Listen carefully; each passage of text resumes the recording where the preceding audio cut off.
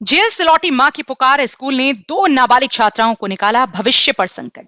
मुजफ्फरनगर जनपद से एक बेहद संवेदनशील और गंभीर मामला सामने आया, जहां एक गरीब व पीड़ित मां की 2 नाबालिग बेटियों का भविष्य खतरे में पड़ गया। मामला ग्राम नरोत्तमपुरा माजरा निवासी महिला श्रीमती प्रतिभा रानी पत्नी धीरज कुमार से जुड़ा है, जिनकी 2 पुत्रियां गुरमीत रानी कक्षा 9 और उपासना रानी कक्षा 8 कल्याणकारी कन्या इंटर कॉलेज काजीखेड़ा जागाहेड़ी जिला मुजफ्फरनगर में अध्ययनरत थी। पीड़िता ने जिलाधिकारी मुजफ्फरनगर को दिए गए प्रार्थना पत्र में बताया कि उनके द्वारा पहले भी एक शिकायती पत्र जिला कारागार कार्यालय के माध्यम से जिलाधिकारी कार्यालय को भेजा गया था, लेकिन उस पर आज तक कोई प्रभावी संज्ञान नहीं लिया गया।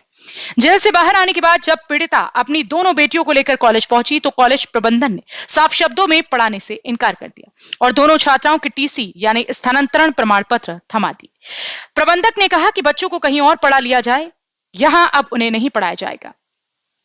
इस अचानक लिए गए फैसले से दोनों छात्राओं का भविष्य अंधकारमय हो गया है। पीड़िता के अनुसार विद्यालय से निकाले जाने की वजह से दोनों बेटियों पर गहरा मानसिक तनाव है और उनकी तबीयत भी खराब हो गई। मामले की गंभीरता इस बात से और भी बढ़ जाती है कि बिना किसी ठोस कारण और नियमों का पालन किए नाबालिग छात्राओं को स्कूल से बाहर कर दिया गया, जिससे उनके शिक्षा के अधिकार का हनन हुआ। पीड़िता ने जिलाधिकारी से मांग की है कि जिन लोगों ने उनकी पुत्रियों को कॉलेज से निकाला है, उन्हें चिन्हित कर सख्त कानूनी कार्रवाई की जाए। जिला विद्यालय निरीक्षक को आदेशित किया जाए कि दोनों छात्राओं का पुनः उसी विद्यालय में दाखिला कराया जाए ताकि उनका भविष्य सुरक्षित रह सके। ये मामला न सिर्फ शिक्षा व्यवस्था पर सवाल खड़े करता है, बल्कि ये भी दर्शाता है कि एक मां की मजबूरी और बच्चों के अधिकारों को किस तरह नजरअंदाज किया जा रहा है। अब देखना यह है कि जिला प्रशासन इस संवेदनशील प्रकरण में कब और क्या कार्यवाही करता है। जनपद मुजफ्फरनगर से सचनामा न्यूज के लिए संवाददाता तनवीर मलिक की रिपोर्ट। आपका मेरा नाम धीरज कुमार है जी। कहाँ के रहने वाले? क्या पूरा मामला है डीएम का?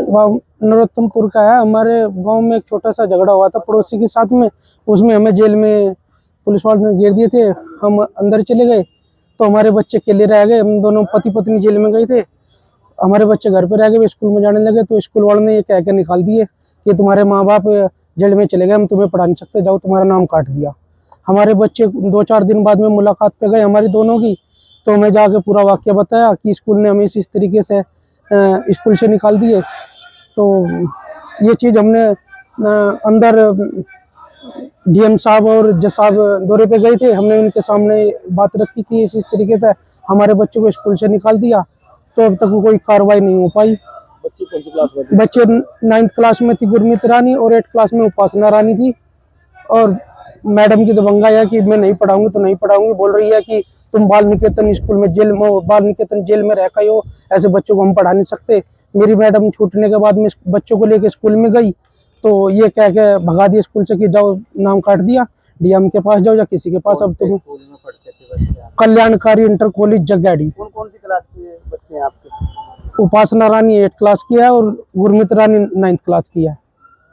अच्छा, आपके जो बच्चों की मम्मी उन्होंने साइन भी किए? साइन करे हैं धोखे से, वो थोड़ी पढ़ी लिखी है, धोखे से साइन करा दे, तुम्हारी बेटी का नाम चढ़ा दिया और यहाँ साइन कर दो। वहाँ के चपड़ासी ने ये साइन कराए हैं बाहर गेट पे आके, और फिर बाद में टीसी पकड़ा दी और वहाँ से स्कूल से भगा दिए बच्चों को। अब क्या चाहते हो?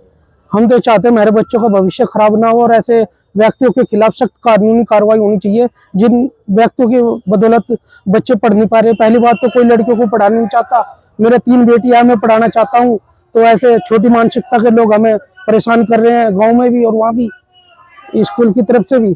और पुलिस वालों का भी हमारे पे अत्याचार है। पुलिस वालों के बोले कि साले बहन जो हम तुम्हारी कंप्लेंट कराएंगे और तुम्हारी बच्चों का नाम चढ़ाएंगे क्या, यार ये तुमने ऐसी कंप्लेंट क्यों दी है। पुलिस वाले भी हमें ये क्या धमका रहे हैं।